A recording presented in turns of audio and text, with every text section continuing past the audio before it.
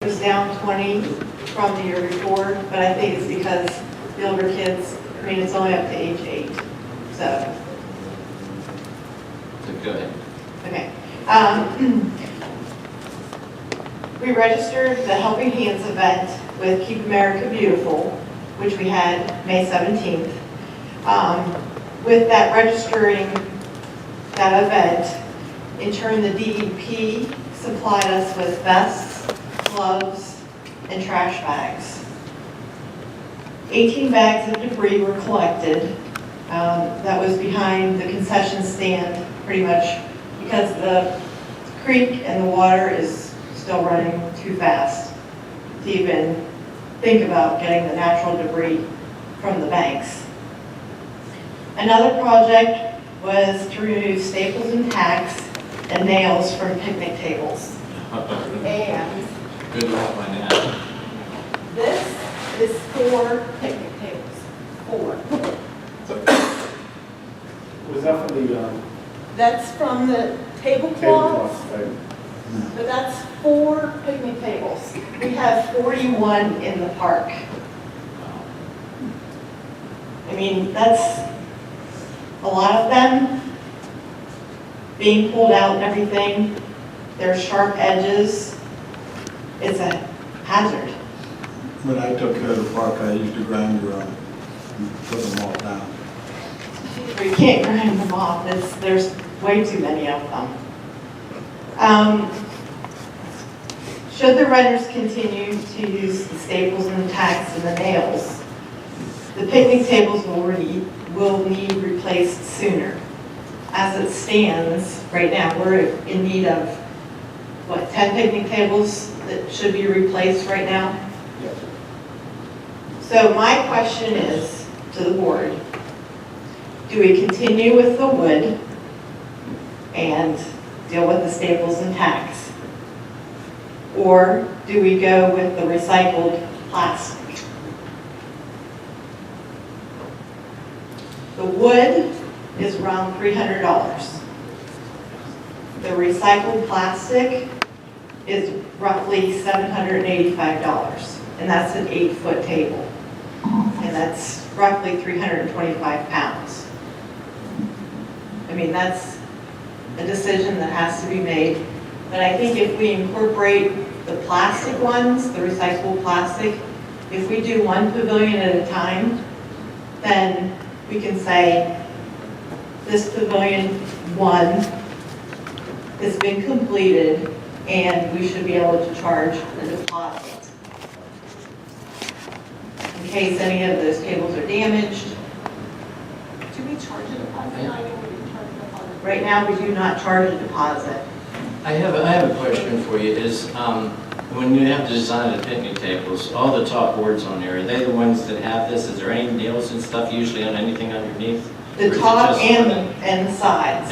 and the sides of it? There were some in the seats. Or I haven't looked at the tables. Are they worth saving? Would it be worth it just to get new boards and not bother pulling these all out and just do new boards across the top? Would that solve the problem, or would there still be nails and stuff down on the sides that we have to consider? There are some nails in the A-frames, but not as many as on the tops and underneath. But you said there's some in the seats too.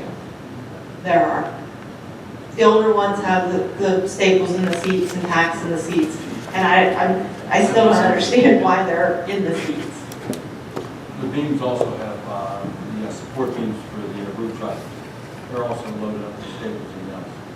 I saw some of the support columns had some of them on too, so it is a mess. Consider charging some sort of deposit. Well, that's what my next thing is, the Parks Board is asking the Supervisor Board to considering to include a deposit when pavilions are rented for the 2015 season, because we've already rented the 2014 season out, so. My only concern is who's going to go out and check, because they can be rented on Saturday and they can be rented on Sunday.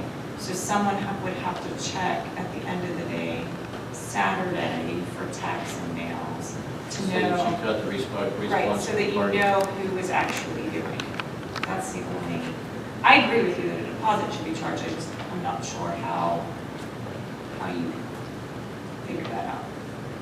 I mean, considering that the Parks Board is all volunteer, I would think that it would fall onto, Can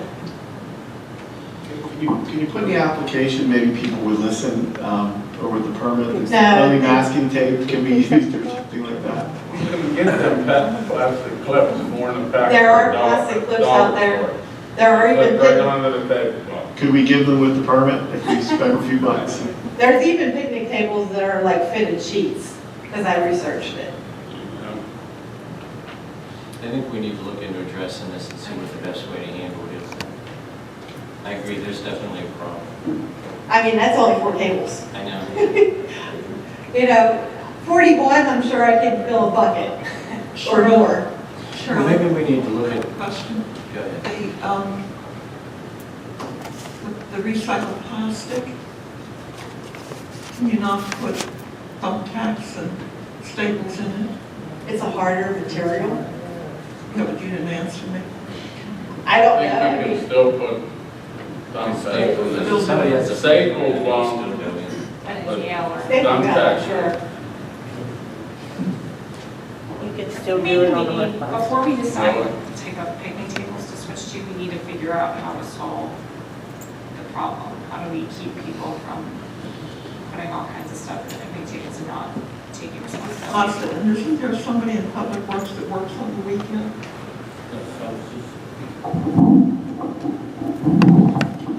I was just telling Dawn, during the weekend, Joe Clark comes out and empties the garbage. And maybe as part of his responsibilities between the rental and each pavilion, just a quick look-see inspection to see if there are in fact thumbtacks, nails, or staples that have been left in the picnic tables and with the posts. That might be one of the solutions to the problem. Joe has complained to me about that also. So that may be the answer. He comes down on Saturday, also comes down on Sunday between rentals to make sure that the trash is removed from the previous day's rental. I mean, if you charge a deposit fee where it's gonna hurt them, they're gonna take better care of it. I mean, What would you recommend? at least $100. I mean, you know, I understand our pavilions are, you know, it is a lot, but it also hits their pocket. That's what we I want. just remember when, in the last couple of years coaching baseball, and kids had trouble getting $50 for the application fee. You know, so there's people that can't afford, and I know some of those kids do use the park, and, I mean, I get you, Shirley, I don't know what the answer is, but it seems like a lot. How much do you get for the parking, for the, each pavilion? There's a different amount for each pavilion. What is it? I believe it's 75 for Pavilion 1. And Carol, 50 for 2 and 125 for 3. So And the $50 is because the pavilion was smaller, Pavilion 2 is smaller and it's in the center of the park. and does it have less, picnic tables? Yes, Then why not, make it equivalent to about the 75, 50? The deposit? Third one? or the fee. Yep. I really think we've got to do something. Maybe that's part of the answer. I'd like to look at all the tables too and see what we think we can come up with to help. Because I know that was not only a lot of nails and thumbtacks, but that was a lot of time consuming. When they rent one of them, do they get a contract or something? There is a contract. Well, let's put in there and get them Is plastic it in clips the at the contract dollar store. that They'll there's probably order them bulk. tax? And tell them no thumbtacks or nails, you have to get your clips and even have them return them, they don't break. They'll last forever. I don't know if it's in there. Yeah, could we potentially do that, provide the clips and just have them return them? Yeah, have them Well, I return. guess there was no key, but you could drop them in the, What if you just added $1 to the application fee and bought? That's fine, ask them, but you can order them bulk probably. yeah, that's not a bad idea. This is something we have to look into for next year, figure out a way to do this. I agree. And in the meantime, we can see what we can do with some of the tables. Yeah, I mean, I Maybe, don't like know. I said, maybe some of them we can replace some boards on the top. That might be simpler and cheaper. I mean, it probably wouldn't take too much to do that. A lot of them, there was actually 2 tables that were flipped over, and the wood is actually rotting. So The some of them aren't A-frame, the good- wood is Some of them rotting. weren't even going to be good enough shape to do that. Correct. So, I mean, that's why I think it'd take a few moments to look at what we might be able to do. Some might need just totally replaced. Yeah, there's about 10 right now that need totally replaced. I have, yes. And Bill was Said earlier, kind enough to purchase tools for us. We had pliers and little pry bars. That's how we actually got those out. Our Touch a Truck event will be held Saturday, June 21st. Some of the companies that will be partaking in this event: all Cecil Township Fire Companies, Cecil Township Police Department, our Public Works Department, South Bridge Ambulance Service, Ken's Tree Service, McCutcheon Enterprises, Howard Concrete Company, and Lifelight, along with many others. Lifelight is actually going to land on the ball field. That would be nice.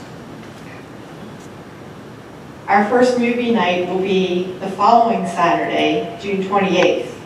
The Parks Board will be deciding on the movie at this week's meeting. We've received suggestions, which are the Lego Movie, Despicable Me 2, The Croods, and Frozen. The what? The Croods and Frozen.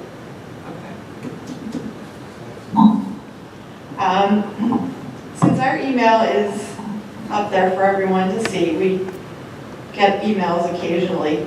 We received an email from, and I'm pretty sure she's a resident. It says, "Hello, I've been visiting the dog park in Carnegie this last year and find it a very nice place to take my dog. Carnegie Park has done a magnificent job of making their park extremely friendly to residents and non-residents alike. They provide 2 fenced-in areas, one for big dogs and one for smaller dogs. They have also installed fountains designed to accommodate humans as well as pets. Inside the fenced-in area are ample benches for people to sit. I would like to know if anyone has suggested having a fenced-in area near our parks where we could take our dogs to be off leashes for a little time. I love going to Carnegie, but it is quite a trip, and I have limited to how many times I can take my dog." Apparently, they have a swipe or something. It's Carnegie Park. I've been to that dog park there. It is really nice. They have a nice open area, and they do have 2 fenced-in areas. They're together, but they are separate. So she was asking, and I told her that I would bring it up to the supervisors because I didn't have a definite answer for her.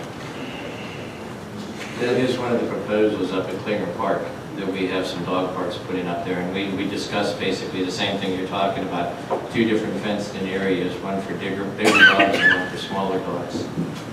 So that's in the works up there. There's a lot of thought that goes into it too, that we've looked into. One of the things I never realized is you don't want to have any corners in there. You want to round off everything. And they said just if you do have a more aggressive dog, they don't want it to be able to corner another dog. So you kind of round off everything inside the dog parks on the fences. And you make the areas more gravel that are close to the fence, that's where the dogs run more. So there's a lot of things have been looked into on that. Oh, sure, I mean,